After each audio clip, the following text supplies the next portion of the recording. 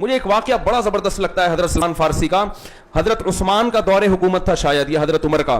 حضرت سلمان فارسی نے ایران پہ چڑھائی کی. کس ملک پہ؟ ایران, جو ان کا اپنا کنٹری تھا.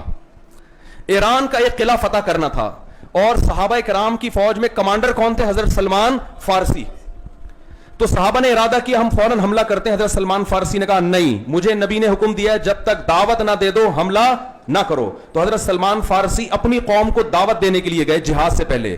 کیا الفاظ تھے؟ یا اہل فارس انا رجل منکم ترون العرب یطیعوننی. کیا وجد آفرین الفاظ ہیں. اے فارسیوں, میں تمہاری قوم کا آدمی ہوں, لیکن ایک غیر قوم عرب جو کسی کی برتری کبھی برداشت نہیں کرتے, انہوں نے مجھے امیر بنایا ہوا ہے, اور آج تم دیکھ رہے ہو میری تلوار کے سائے میں عرب میں کمانڈر ہوں اور عرب میری امارت میں لڑ رہے ہیں. یعنی یہ تو ممکن تھا ہی نہیں عرب کسی کو امیر بنا دیں, کسی غیر قوم کو. تو کہہ رہے ہیں میں غیر قوم کا آدمی, اور صحابہ نے امیر کس کو بنایا ہوا ہے؟ مجھے, اور میری کمانڈ میں لڑ رہے ہیں, اور میں تمہارے خلاف اپنی قوم کے خلاف لڑ رہا ہوں. اس میں انہوں نے اسلام کی تبلیغ کر دی کہ ہماری لڑائی قوم پرستی کی بیس پر نہیں ہے. بعض دفعہ لیبل اچھا لگایا جاتا ہے, پیچھے قومیت ہوتی ہے. بعض دفعہ یہ بھی ہوتا ہے. حضرت سلمان فارسی نے یہ بھی بتا دی اپنے عمل میں کہ صحابہ نے لیبل اچھا نہیں لگایا. لیبل لگاتے ہم اسلام کی بیس پہ لڑ رہے ہیں, اللہ کے کلمے پر لڑ رہے ہیں, لیکن مقصد عربیت کو فروغ دینا ہوتا. یہ بھی تو ہو سکتا تھا نا. بعض دفعہ لیبل بڑے اچھے ہوتے ہیں. جیسے ایک آدمی نے دکان میں نا چاول کی بوری پہ, چینی کی بوری پہ چاول لکھا ہوا تھا. دکان میں بوری چینی کی ہے, لکھا ہوا کیا ہے؟ لیبل کیا لگا ہوا ہے؟ چاول. لوگوں نے ہاتھ ڈال کے دیکھا یار چینی ہے, اس پہ چاول کی. کہہ رہے مکھیوں کو دھوکہ دینے کے لیے لکھا ہے. تو مکھیاں دھوکے میں نہیں ہے. جو عقل مند ہے نا وہ خوشبو سے پہچانے کی. وہ انسان تو دھوکے میں آ سکتا ہے چاول دیکھ کے. تو لیبل بعض دفعہ جیسے عورت کی آزادی کا لیبل لگایا گیا ہے, عورت کی آزادی, اور لیکن اصل میں عورت کی بربادی ہے. عورت کو ایک پبلک پراپرٹی بنانا مقصد ہے. ایک مارکیٹ میں ایک تھکا ہوا مال ہوتا ہے نا جسے 10 لوگ استعمال کریں, یہ مقصد ہے.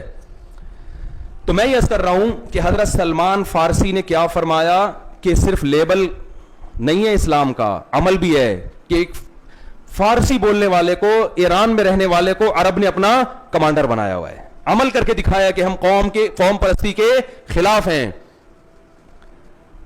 تو میں یہ عرض کر رہا تھا کہ اپنے کلچر کو فالو نہیں کرنا. بھائی اسلام نے کیا کہا؟ بخاری مسلم کی حدیث ہے, قرآن کی آیتیں ہیں, انکحوا الایام منکم من استطاع منکم الباءۃ فلیتزوج. نبی نے فرمایا جو بلوغت کی دہلیز پہ قدم رکھے, حدیث کا مفہوم ہے, تو اگر اس میں نکاح کی استطاعت ہے تو نکاح کر لے.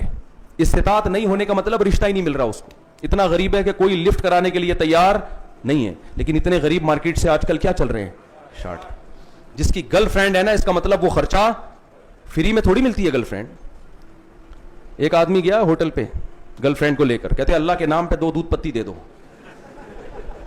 اس نے کہا دوسری کس کے لیے؟ کہہ رہے گرل فرینڈ کے لیے. کہتے کم بہت اتنا غریب ہو کے گرل فرینڈ رکھی ہوئی ہے. کہہ رہے ہو کے نہیں رکھی, رکھے ہوا ہوں. سارا کس پہ لٹا دیا؟ حرام میں اللہ نے مالی برکت کا وعدہ نہیں کیا, نکاح میں اللہ نے مال میں برکت کا وعدہ کی. بیوی پہ خرچ کرو گے اللہ لوٹائے گا. قرآن کہتا ہے ان یکونوا فقراء یغنیہم اللہ من فضلہ. نکاح کرو, اگر فقیر ہوگے تو اللہ اپنے فضل سے غنی کرے گا تمہیں. تو پہلا کام کیا کرنا ہے؟ نکاح ہم نے کرنا ہے. دوسرا جلدی کرنا ہے. اس میں کس پہ توکل کرنا ہے؟ اللہ پہ. اللہ کھلائے گا. آج تک کھلا رہا ہے کہ نہیں کھلا رہا؟ میں رکشے ٹیکسی والوں کو دیکھتا ہوں. غربت, ہمارے سوات میں ایک دوست تھا رکشہ چلاتا ہے, میرا شاگرد ہے. میں اس کے گھر گیا, اس نے دعوت کی. اتنا غریب, باپ کے حالات بھی خراب, بیٹے کے حالات بھی خراب. ایک دن کیا ہوا, مجھے کہتا ہے مفتی صاحب میری شادی ہے, اس میں آپ نے آنا ہے. میں نے کہا بھائی تیری شادی, تمہارے تو ابا کی آمدن بھی نہیں ہے, تمہاری تو اپنی آمدن بھی نہیں ہے, روزگار ہی نہیں ہے, شادی بھی کر رہے. اس نے کہا ہمارے ہاں یہ نہیں دیکھا جاتا کہ آمدن ہے یا نہیں ہے, بچہ بالغ ہو گیا کرنی ہے, کوئی مسئلہ نہیں. اور ہو گئی, 1 سال ہو گیا ماشاءاللہ. میں گیا اس کے ولیمے میں, کچھ بھی نہیں تھا بیچارے کے پاس. کوئی بات نہیں, میں نے کہا اللہ اس میں انشاءاللہ برکت دے گا. برائی سے بچ گئے, زنا سے بچ گئے. غریب آدمی بھی لڑکیاں رکھتا ہے, گرل فرینڈ بناتا ہے آج کل. اس وقت اس کو یہ نہیں دیکھتا کہ میں بے روزگار ہوں یا کیا ہوں. غریب کو رشتہ ملتا ہے. غریب لوگ کہتے ہیں نا ہم غربت میں کیسے لڑکی کو کھلائیں گے.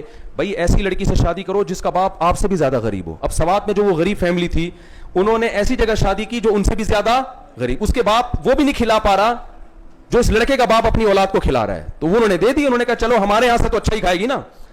یہ اعتراض کہ میں غریب ہوں شادی نہیں کر سکتا, یہ وہ کرے گا جو سب سے زیادہ دنیا میں غریب ہو, سمجھ رہے ہو. وہ کہے گا بھائی مجھے کوئی بیٹی دینے کے لیے تیار نہیں ہے, لیکن آپ اگر غریب ہیں تو آپ سے زیادہ غریب آپ کو دینے کے لیے تیار ہو جائے گا. آپ خود تیار نہیں ہیں تو کر لیتے ہیں. اور ہم نے ایسے کروڑ پتی بھی دیکھے ہیں, کتنے ڈالر کما رہے ہیں, لیکن بھائی جب بچہ جب تک اپنے پاؤں پہ کھڑا نہیں ہوگا, اور پاؤں پہ کھڑے ہوتے ہوتے 50 سال کا ہو جاتا ہے, پھر میرے بھائی وہی بات ہے.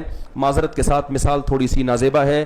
ایک بوڑھے کے سامنے بادام آئے, وہ غریب تھا, اس نے کبھی بادام نہیں کھائے تھے, تو جب بادام آئے تو کہنے لگا ہائے ہائے. بادام خریدے اس نے اپنے پیسوں سے نا, گھر لے آیا کہ چلو ہم نے غربت میں کبھی بادام کے پیسے نہیں تھے تو بس سوکھے چاول کھا کے گزارا کیا, آج اللہ نے پیسہ دیا تو ہم بادام خرید کے کھائیں گے. جب بادام لا کے رکھے, افسوس سے کہنے لگا کہ جب دانت تھے تو بادام نہیں تھے, اب جب بادام ہے تو دانت چبانے کے لیے دانت نہیں. سمجھ میں آ رہی ہے؟ کہہ رہے جب اللہ نے دانت دیے تھے تو بادام کھانے کے پیسے نہیں دیے تھے, جب اللہ نے بادام کے پیسے دیے تو دانت چھین لیے, اب کیا کروں گا اس کو, میں کیسے کھاؤں گا. تو ہم نے کیا کرنا ہے بھائی, نکاح جلدی کرنا ہے.